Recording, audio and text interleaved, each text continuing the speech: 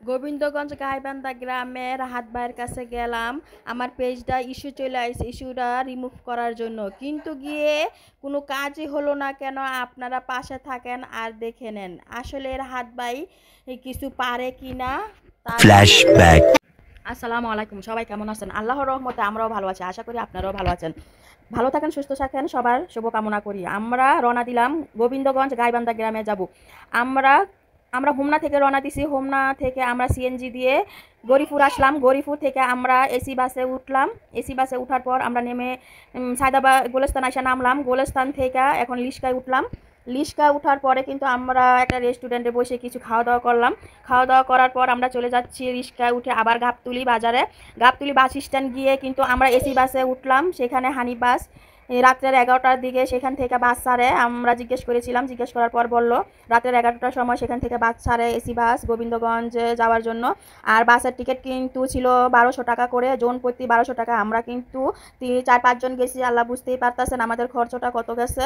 আর আমরা চলে আসলাম রাতের বেলায় সেখানে। আর এখানে কিন্তু সারা রাত জানজি করার পর আমাদেরকে ট্রামিলে নামাইছে। ট্রামিলে নামানোর পর কিন্তু যার যার ভাবে বলতেছে আপনাদের মুখা দোয়া লাগলে ধুয়ে নেন, আর যদি কিছু খিদা লাগে তাহলে খেয়ে নিতে পারেন, এখানে রেস্টুরেন্ট আছে।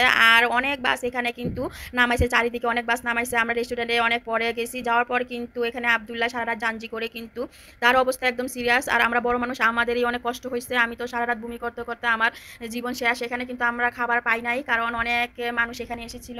অনেক মানুষ আইসা কিন্তু মানে যে খাবার ছিল যার যেমনি খাবার অর্ডার দিয়ে খেয়ে নিয়েছে। আমরা পরে ঢোকার কারণে কিন্তু পরে অর্ডার দেওয়া পাই নাই, বলছে সময় লাগবে, আপনাদেরকে তৈরি করে দিতে হবে। আর এদিক দিয়ে কিন্তু বাস ছেড়ে দিবে, এর জন্য কিন্তু আমরাও খেতে পাই না। মুখ হাত ধুয়ে হালকা পাতলা যাই খাইলাম, খাইয়া কিন্তু আবার বাসে চলে আসলাম। এই যে বুঝতেই পারতেছেন অবস্থা যে কি সিরিয়াস বাচ্চাদের আমাদের। আমরা কিন্তু সারা রাত ঝাঞ্জি করলাম।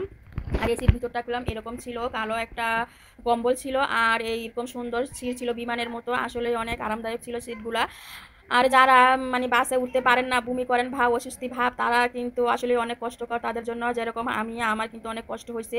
আর আমরা সময় শেষ উঠে গেলাম, উঠে গিয়ে যার যার ভাবে কিন্তু এইভাবে যার যার সিট নিয়ে বসে পড়লাম। এটা কিন্তু বাসের ভিতর দিয়ে এরকম সুন্দর ব্যবস্থা। আর যার যার সিটে বসে কিন্তু সবাই ঘুমিয়ে পড়ছে, বড় মানুষ আলা যেমন, ছোট মানুষগুলোর কিন্তু অনেক কষ্ট হয়ে যায় এরকম রং জাঞ্জি করলে।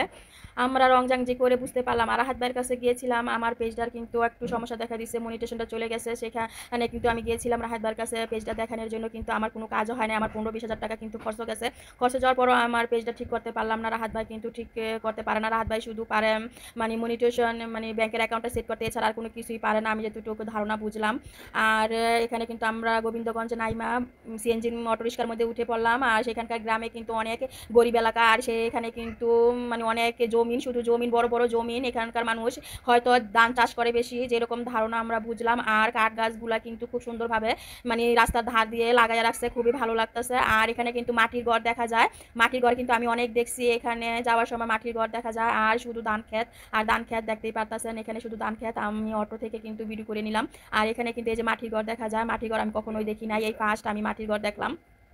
গৃহস্থিও কিন্তু এখানকার মানুষ করে, গরু ছাগল বা অন্যান্য সব। আর এখানে কিন্তু আমরা বাজার আইসা না, অবশেষে গোবিন্দগঞ্জ গাইবান্ধা গ্রামের বাজার এটা, এখানে আমরা 6টা বাজে আইসা পৌঁছাইছি।